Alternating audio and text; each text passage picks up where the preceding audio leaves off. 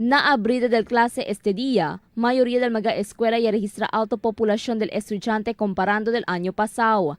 Na Tetuan Central School, el principal Ronald Abaa ya habla que tali na 2,990 el estudiante de la escuela este año, que 20% subido comparando el otro año. Según con Abaa, pura na mga kinder y grade 1 estudiante yaman enroll na escuela, subido también el número del mga transferees.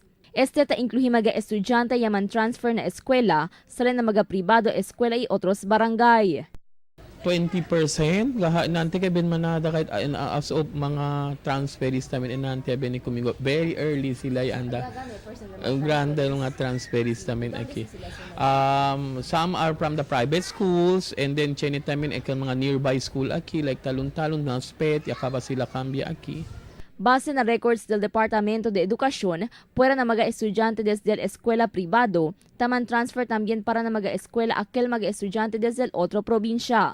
Según con Abaa, tapidi sila propio documentos con mga transferista kambya para na di ila eskwela. Tadali también sila eksaminasyon y reading exam con mga estudyante. Now, about for transferees, tamandaan ay kami kung el bata and proper document tan check kami para man accept kanila. Según con Abaa, a mediante el subido número del mga estudyante, ta está bastante el número del di ila mga silya y facilidad. Tiene según cuántos silya el ya destrozaya y hindi mas puede usar mga estudyante, pero enseguida según con este puede cambiar. Crystal Almonia, Dateline Zamboanga.